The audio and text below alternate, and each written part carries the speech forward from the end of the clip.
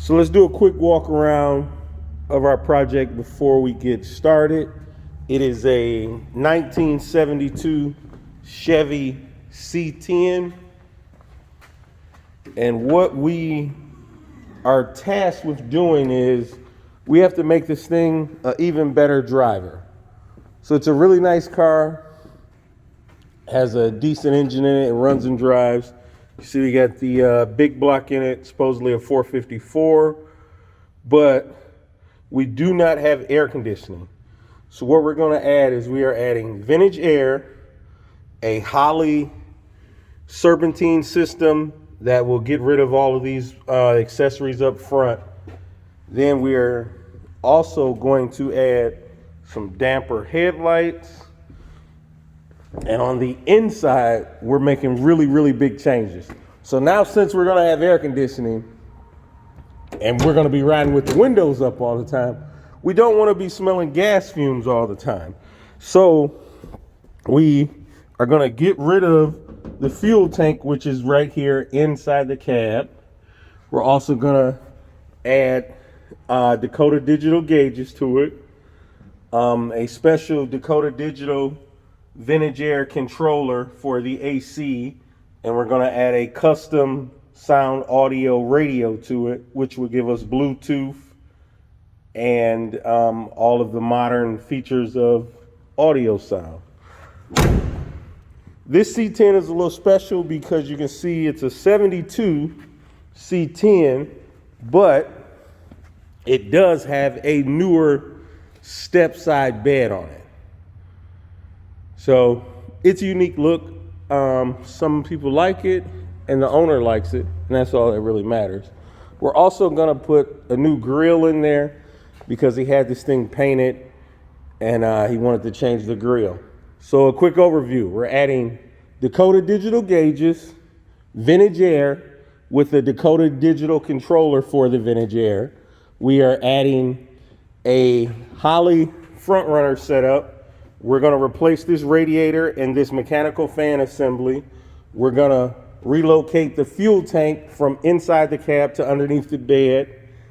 And we're gonna update the headlights, replace this grille, and as well as put a new radio in it. So let's follow along. So we're checking back in for an update on our 1972 Chevy C10 project. So we pretty much got all the vintage air wrapped up.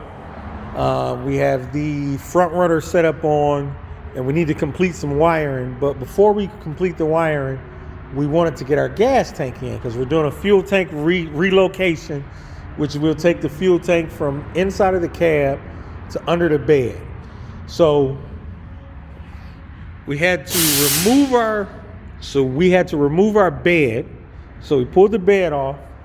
And then now we're gonna put this fuel tank inside this frame.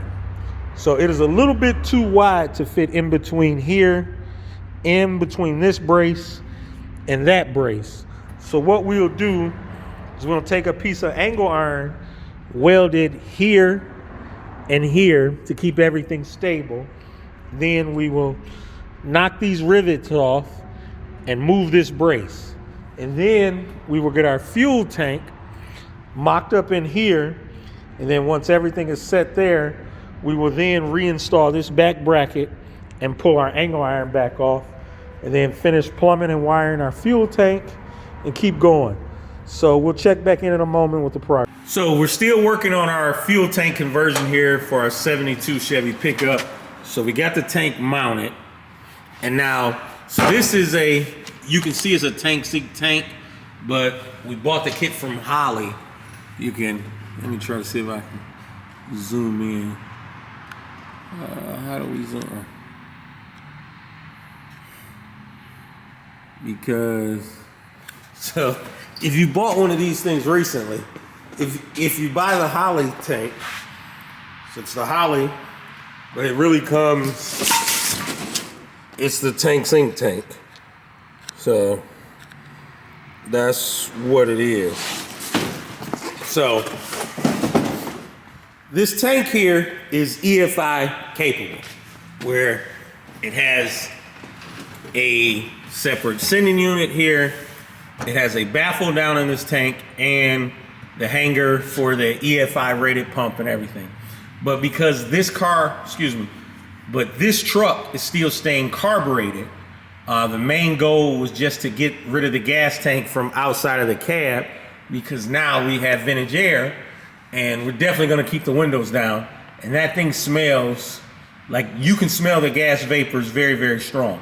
So it is not a pleasant drive. So what we're gonna do is Tank Sync, the company that makes the tank, they make a sending unit. Back up. So Tank Sync makes a sending unit where you can still use this with a mechanical fuel pump, as opposed to the hanger that would come with the electric fuel pump. So we're gonna swap this hanger assembly out, put this one in. We will use a bulkhead fitting to go through here to run our fuel line, and then tie into our original fuel line that mounted to the fuel pump. And then we also have to get rid of a lot of that rubber hose up underneath the hood. So this vehicle has a Edelbrock carburetor on it. So we're gonna run this Edelbrock fuel line kit to get it to the actual carburetor. And this will give us a much cleaner look, as well as getting us a filter in there as well. And just allow us to clean up the installation a lot.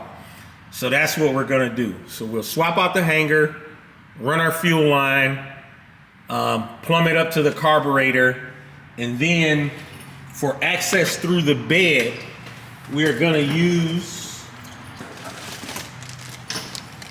this style.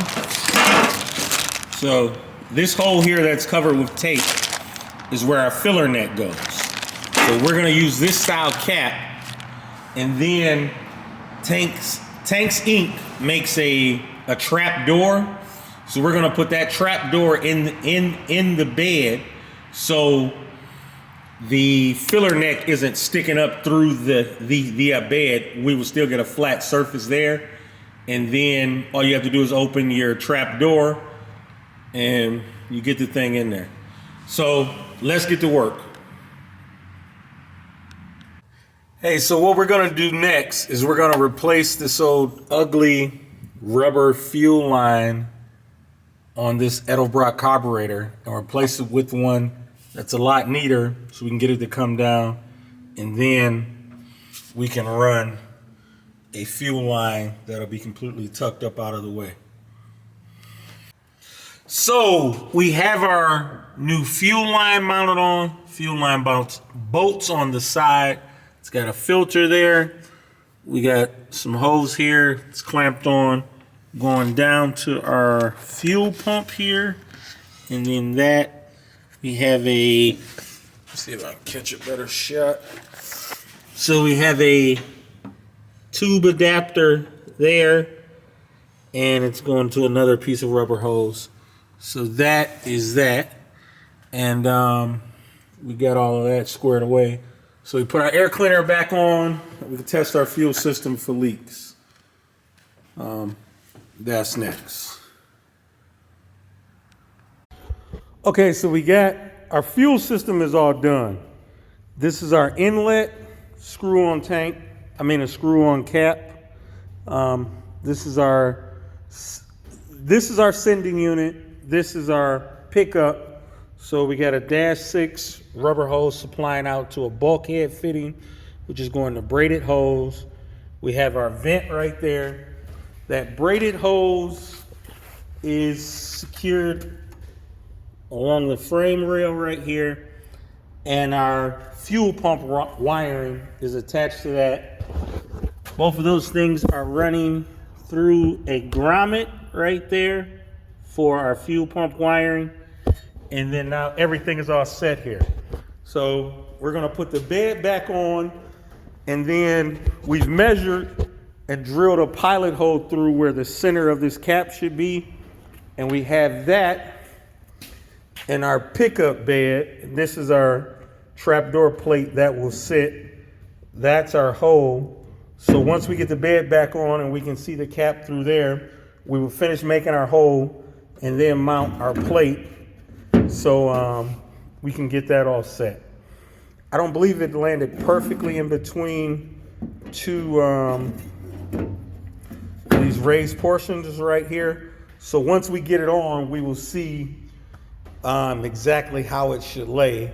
And then that's why we have just drilled one small little hole through here so it can give us access to see exactly where we want to put it. Because coming from the bottom, the tank itself will be in the way. So we'll finish up with that. And we'll keep going. Hey, so one thing I forgot was that we had to finish bolting this bracket down. So we got it bolted down, the top and the bottom, on both sides there. So we put the bed back on and keep rolling here. So hello guys. So we're finished up with our fuel tank installation, where we relocated our fuel tank from outside of the cab to underneath the bed. The last step was to put this trap door in the pickup bed so we can access the filler neck. So you lift this up and your fill is right there. You turn this and then you put your fuel in there. So that's just the way it is. So we got rid of the fuel tank from out of the cab so we can stop smelling those fumes, because that is going to be super important now, because also in this vehicle we've added a vintage air system. So that's the wrap up for the fuel tank, and let's keep it moving.